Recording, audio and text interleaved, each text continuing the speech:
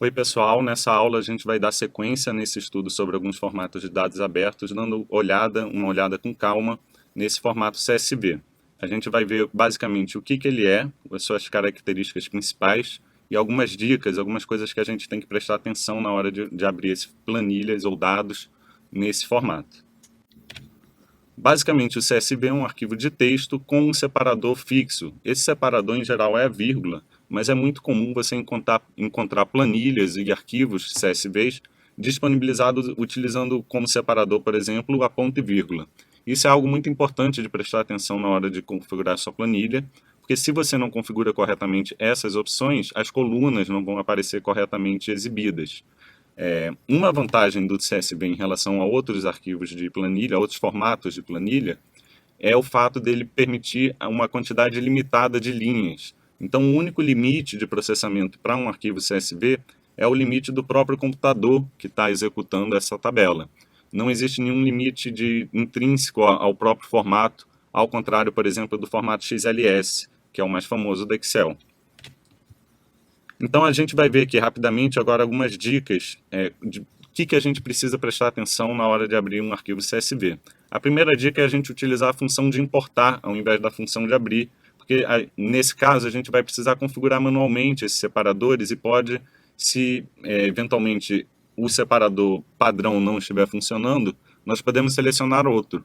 E você também pode fazer configurações importantes quanto aos tipos de dados. Daqui a pouco a gente vai ver mais sobre isso. Então, o delimitador é o fundamental, a gente precisa ter atenção de colocar o delimitador correto, ou garantir de que está sendo utilizado o delimitador correto, para que um arquivo CSV seja exibido corretamente.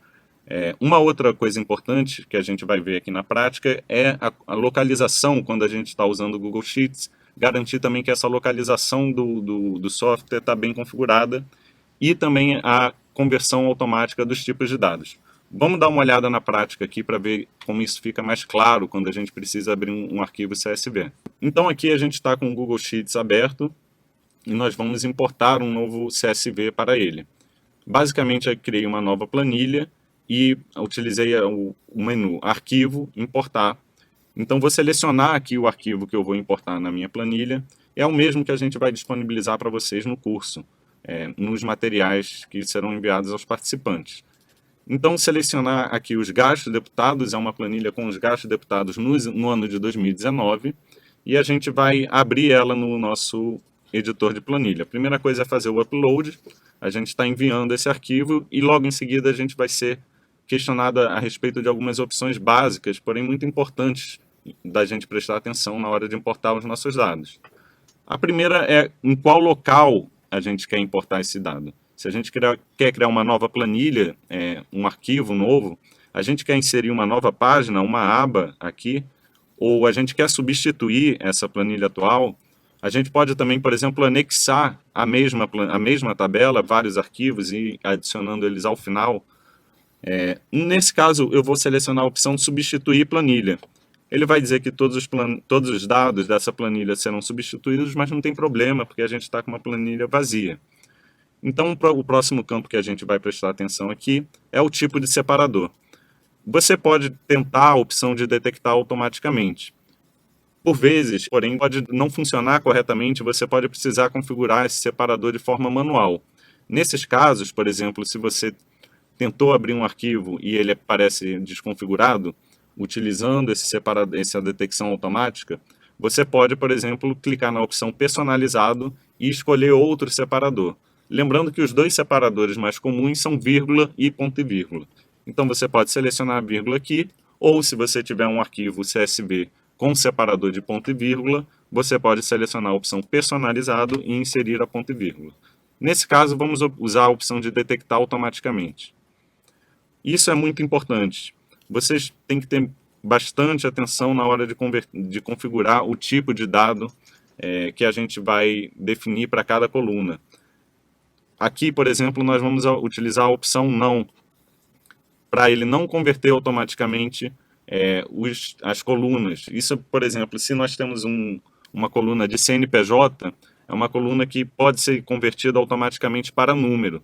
Só que isso pode desconfigurar, desformatar ou mesmo suprimir informações importantes dos nossos dados. Então vamos importar aqui essa planilha.